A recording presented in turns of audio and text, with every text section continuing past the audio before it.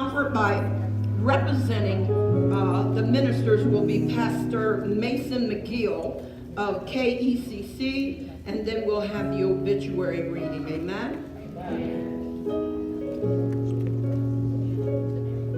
How many know he's got the victory? With the highest praises, hallelujah.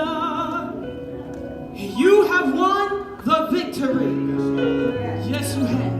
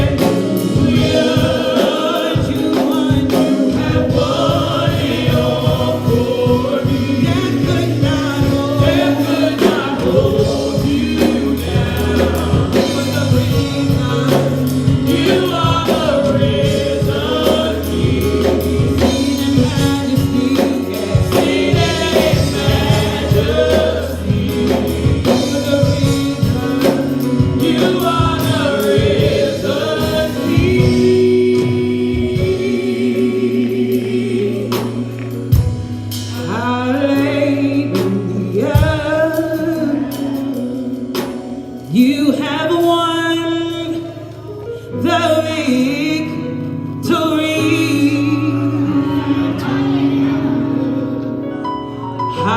Hallelujah. You have won it all for me. Death could not hold you down. Death could not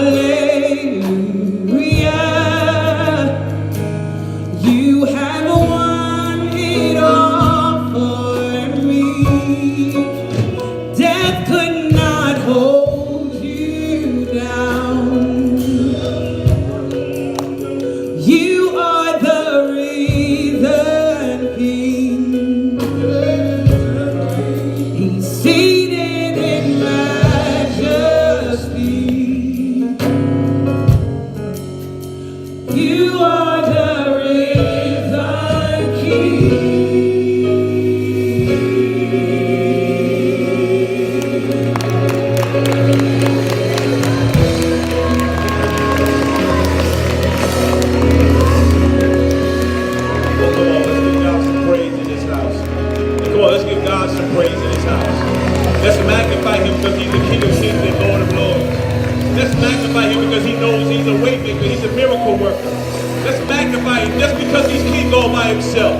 He holds all power in his hand, he all glory in his hand, all majesty is in his hand. Let's magnify our King. We're not here to be down, we're here to celebrate. And let's magnify God. Let's turn the atmosphere with praise right now. Come on, let's let this be a rehearsal. Because you know there's praise going on right now in heaven. Because God has called an angel home. There's praise going on right now. And if you can praise him, you can participate in what God's already doing right now. You got to understand this one thing. You have to understand this one thing. That when there's a death, we're hurting. But yet we're happy at the same time. Because you don't know how many times the family had to go to the doctor's office. In fact, the family had to go to the hospital and see their mother hooked up to machines and tubes and everything else. And the doctor told me it ain't going to be much longer. It ain't going to be happening this way. It's going to happen this way. But thank God that God had a plan before the problem ever showed up. And sometimes you got to thank God that he said, I know when to call you home. I know when to bring you in. Because you realize I'm not going to let you go through this pain much longer. The Bible says to be absent from the body means to be present with the Lord. And you got to realize there's a party going on in heaven right now.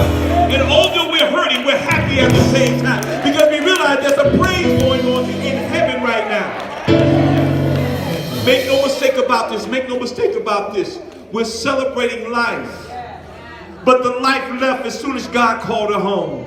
My God, she's sitting in heaven right now. My God. So what does this leave us here? In so much pain. 1 minute we're crying. 1 minute we're laughing. 1 minute we're rejoicing. 1 minute we're thinking, thank God that he could take away the pain. But I want to tell you this now. It's not that you're saying goodbye. You're just saying, I'll see you later. Because when you live right and you love God and you know where she's at, because there's no mistake where she's at. You know she's with the Lord. See, sometimes we have a funeral and then you have a home going. I need you to understand there's a funeral and then there's a home going. A funeral, you don't know whether the person was saved or not. You don't know if they're going up or down. But a homegoing service is like you know how they lived their life. And you're here right now because she lived an excellent life. Because she had an excellent character. You're not here because of the sweet potato pies that she made. You're here because she lived an excellent life. Even when she was beating you, you know she lived an excellent life. Even though you didn't feel like she was living an excellent life. Even though she told you something you didn't like, you knew she was living an excellent life. You knew she was giving it all to God. My God. So either we're saying see you later, or we're saying goodbye. And I know we're saying see you later in this place because I know all of us have aspirations to be with the King of Kings and the Lord of Lords. Oh, could you imagine a family reunion going on in heaven right now? Could you imagine her with her mother and her father, with everybody else going around heaven, brothers and sisters that came before her? Could you imagine meeting people that she had not met? But I don't know about you, but it would probably take me a month to get off the feet of Jesus because I got to sit down and give him the glory because I realized I didn't deserve to be called home, but he called me home anyway. But you got to realize this one thing. Realize this one thing. The family's in a time where they're going through a litany of emotions. I'm going to cry sometimes. I'm going to laugh sometimes. And let me tell you this right now, family. Don't you ever let anybody tell you you shouldn't cry. Don't you let anybody tell you to get over it. Because when you love someone, you'll never get over it. Because when they make an indelible mark in your life, you'll never get over it. So when people tell you to just get over it, you need to tell them shut up. You haven't lost enough. You haven't lost something that was of value to you. You need to tell them, leave me alone. Let me cry when I want to cry. I might have a time I might break down in my job, but let me cry. I might have a time when I'm all by myself and everybody's smiling and I'm crying. Let me cry because I had an indelible mark. There's a hole in my heart that can't be filled. I don't care how much you praise it out. I don't care how much you pray it out. There's a hole in my heart because this was such a mark on my life. Not just mother for me, because some mothers wasn't there. It's not just cousin or grandma for me. Because you realize you had some people that wasn't there for your life. But when you have some people that was there for you, you'll never forget this moment. So please have this consolation. There's no tubes. There's no machines. There's no thing called cancer haunting her body right now. There's someone laying up worrying about what's going to happen tomorrow. She's in a perfect place of peace because she's in the presence of our Almighty King. I thank God for the power of Jesus Christ. I thank God she accepted the blood of Jesus Christ. And you got to realize this now, that we're all here right now, and we're celebrating somebody that celebrated the blood. My God. That received the blood of Jesus Christ. Think about this for a minute. Most people don't come to funerals except they're coming to show out. And they're coming to lay on a casket and cry. But when you go to a home celebration, it ought to be that. We ought to celebrate. And in the midst of our celebration, there'll be some tears. But I guarantee you, somebody cook some meals after this, because we're gonna recollect the stories of how good that Tootie was. We're gonna recollect the stories of how it was. See, whatever you called her, you all got a story. And as long as you have a story in your heart, you got a story in your mind. No matter every time, I just want you to think about this for a minute. Just think about this, and I'm gonna take my seat. I just want you to close your eyes just for a minute. And I want you to think about the memories. All the good times and all the bad times. Even think about the whoopings that you received and all those chastisements and the things she did to correct you. And watch this. So she's always living, because every time you close your eyes, you have a story to tell. You have a memory, you have a dream, you have a vision. So you can't kill it. Death can't hold it. There's no coffin big enough to hold those dreams you carry. There's no coffin big enough to hold those memories you carry. My God. And as long as you want to go to that place, you say, I just want to remember her. You can close your eyes and see vivid, like it's live color, like it's HD 4K. You can see every memory of her. And this is the way God would want it. So God said, I'll never leave you in a place where you can't remember something that was so good for you. My God. Think about this. And half of y'all can't even remember where your keys are at, but you can still remember her memories. My God. She was a wonderful woman. She was a wonderful family member. She was a wonderful pillar in the community. Oh, come on, we ought to give God praise for her, for him allowing her to be in our life. Oh yeah, come on, give God praise like you're gonna miss it.